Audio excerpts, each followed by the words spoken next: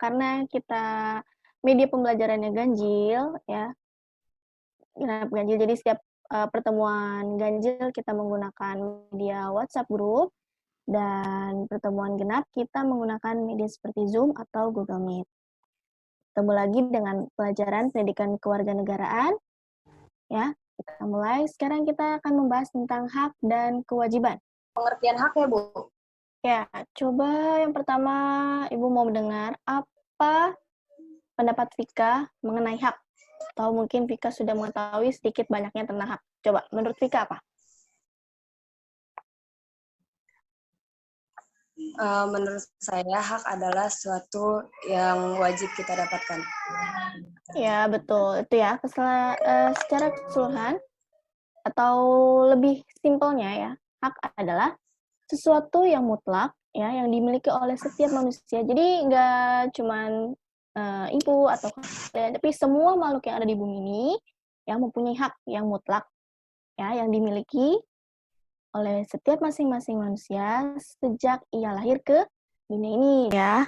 Ibu simpulkan contoh penerapan hak yang ada di lingkungan rumah, contohnya mendapat kasih sayang. Di dalam lingkungan keluarga, anak ya, terutama anak, itu haknya harus mendapatkan kasih sayang dari orang tuanya, seperti itu. Lalu mendapatkan pendidikan yang layak, itu juga termasuk ke dalam hak. Lalu tidak dibeda-bedakan. Yang terakhir, mendapat perlindungan dan kenyamanan di rumah. Tuh, kalian sebagai murid, contoh penerapan hak seperti apa yang harus atau yang dapat kita temui di lingkungan sekolah? Sebutkan atau pendapat Alifa, contoh penerapan hak di lingkungan sekolah itu seperti apa? Itu seperti mendapatkan kasih sayang dari guru, mendapatkan ilmu, mendapatkan pengarahan. Iya. Jadi hak yang biasa kita dapatkan atau mungkin lebih spesifiknya ke murid ya, karena ke sekolah pasti berhubungan dengan murid. Jadi kalau contoh penerapan hak di lingkungan sekolah, yang pertama, mendapat ilmu dari guru. Nah, kita juga mempunyai hak untuk mendapat ilmu dari guru, karena kita berangkat ke sekolah kan untuk mencari ilmu ya. Tuh, lalu setelah kita mendapatkan ilmu, kita akan atau mungkin kita mempunyai hak untuk mendapatkan nilai, ya. Seperti biasanya nih, kalian kan kalau udah selesai belajar, terus dikasih soal, pasti dinilai kan? Nah, nilai itu termasuk ke dalam hak kita juga, itu hak kita sebagai seorang siswa atau seorang murid. Mendapat kasih sayang dari guru, ya, itu juga hak. Dan yang terakhir, dapat menikmati dan menggunakan sarana dan fasilitas sekolah. Selanjutnya, karena tadi kita telah membahas hak, pasti di mana-mana ada hak, selalu ada kewajiban. Kewajiban adalah sesuatu yang harus kita laksanakan dengan penuh tanggung jawab. Kewajiban itu selalu beriringan dengan hak. Jadi, jika kita ingin menuntut atau jika kita ingin mendapatkan hak kita, maka kewajiban harus kita laksanakan terlebih dahulu sebelum kita mendapatkan hak. Jadi intinya adalah kewajiban, sesuatu yang harus dilaksanakan dengan penuh tanggung jawab. Contoh penerapan kewajiban, yang pertama ada di lingkungan rumah. Yang pertama, menghormati kedua orang tua. Jadi kewajiban kita di lingkungan rumah itu yang pasti dan utama, ya, wajib, itu menghormati kedua orang tua. Itu ya. Lalu yang kedua, membantu ibu dan ayah di rumah. Nah, membantu dalam hal apapun. Lalu menjaga kebersihan rumah. Dan selanjutnya, menjaga ketentraman dan mematuhi peraturan yang ada di rumah. Coba Vika, tolong sebutkan contoh penerapan kewajiban di lingkungan sekolah dan beri penjelasan sedikit. Yang pertama, menghormati guru. Menghormati guru kan memang harus ya, karena guru adalah orang tua di sekolah. Ya, betul. Kemudian yang kedua, menaati peraturan. Tata tertib di sekolah pasti ada, jadi kita harus mampu menaati peraturan sekolah tersebut. Kemudian menjaga kebersihan sekolah.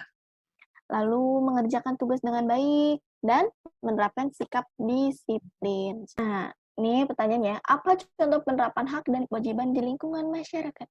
Nah, setelah tadi kita membahas penerapan hak dan kewajiban di lingkungan rumah dan di lingkungan sekolah. Alifah, contoh penerapan hak di lingkungan masyarakat. Seperti kita tuh berteman dengan siapa saja tanpa memandang agama, ras, suku, itu termasuk nggak? Termasuk. Berarti poinnya adalah haknya kita itu tidak dibeda-bedakan ya. Betul. Seperti itu. Dalam pergaulan berarti tidak dibeda-bedakan. Poinnya seperti itu. Kewajibannya? Membuat orang lain tuh nyaman dengan kita. Nah, yang pertama hak kita itu tidak dibeda-bedakan dalam misalkan atau bisa dalam agama, bisa dalam ras atau suku. Kewajibannya apa? Yang pertama, pasti dalam lingkungan masyarakat kita harus saling menghormati antara orang tersebut atau antara kelompok orang tersebut. Pika, mau menambahkan? Menurut kamu, contoh penerapan hak di lingkungan masyarakat seperti apa? Haknya itu kita lingkungan yang bersih, kemudian kewajiban kita ikut serta dalam gotong royong untuk membersihkan selokan misalnya, atau di sekitar rumah. Nah, kewajibannya apa?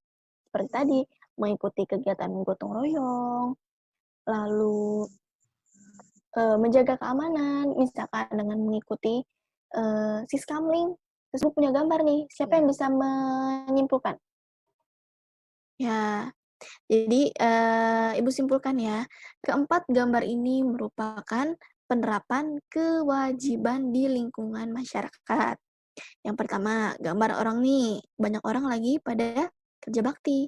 Nah, mereka sedang melakukan kewajiban, ya, agar hak yang akan mereka dapatkan yaitu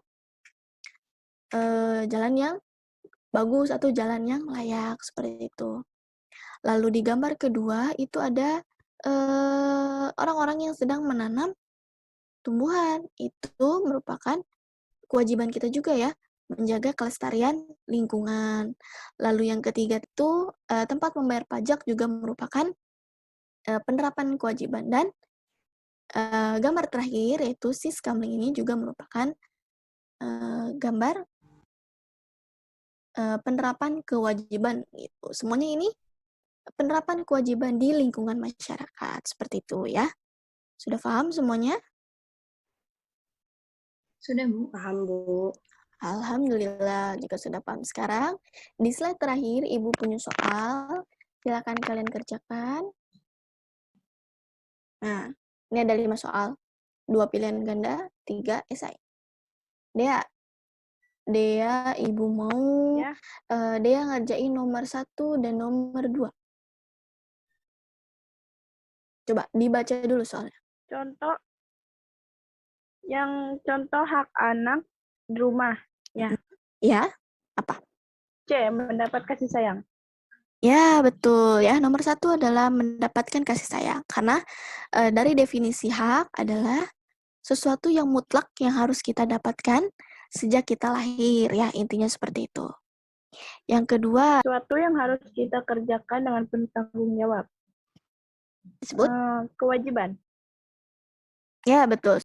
Nomor 3, Vika. Karena memang hak dan kewajiban ini saling berkaitan.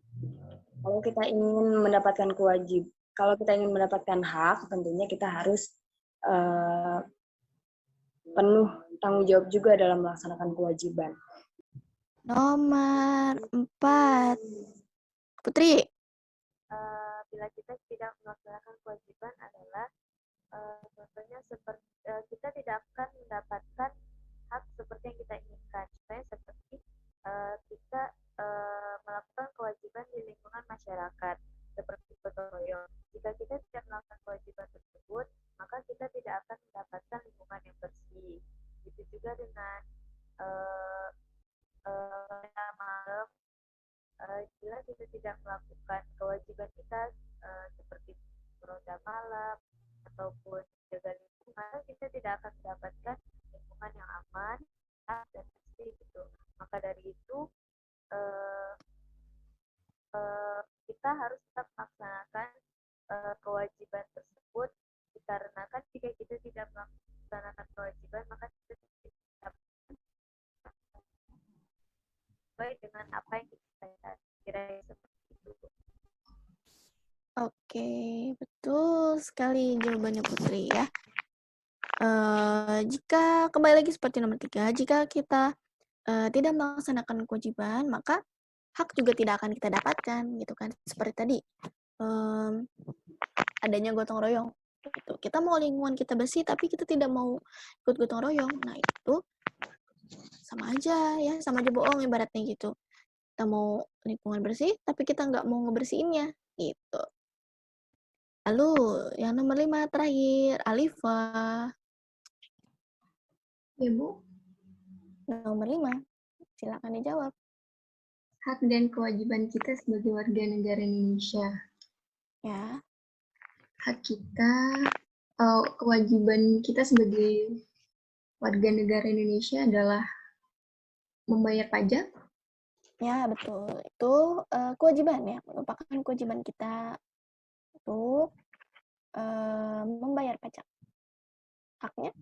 Haknya mendapatkan yang terbaik dari pemerintah. Iya, bisa. Atau mungkin hak kita sebagai warga negara Indonesia misalkan seperti tadi ya, haknya mendapatkan pelindungan HAM seperti itu, atau bebas untuk berpendapat, bebas untuk menyuarakan pendapat kita, itu juga termasuk ke dalam hak kita sebagai warga negara seperti itu ya. Alhamdulillah nih soalnya sudah terjawab semua ya. Di pertemuan kali ini Ibu cukupkan. Terima kasih semuanya merespon dengan baik, memperhatikan dengan baik. Soal-soal juga sudah kita kerjakan ya. Ibu akhiri dulu pertemuan kita hari ini. Kita akan bertemu lagi insya Allah di pertemuan selanjutnya. Ibu tutup. Assalamualaikum warahmatullahi wabarakatuh. Terima kasih semuanya. Waalaikumsalam warahmatullahi wabarakatuh. Terima kasih, Bu. Baik, Ibu.